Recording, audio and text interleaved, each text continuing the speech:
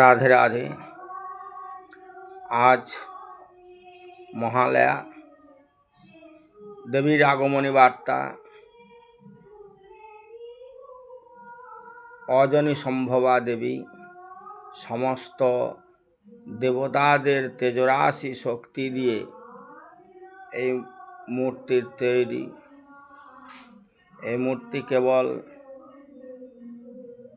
আমাদের সমস্ত অসুর নাশিনীর রূপ।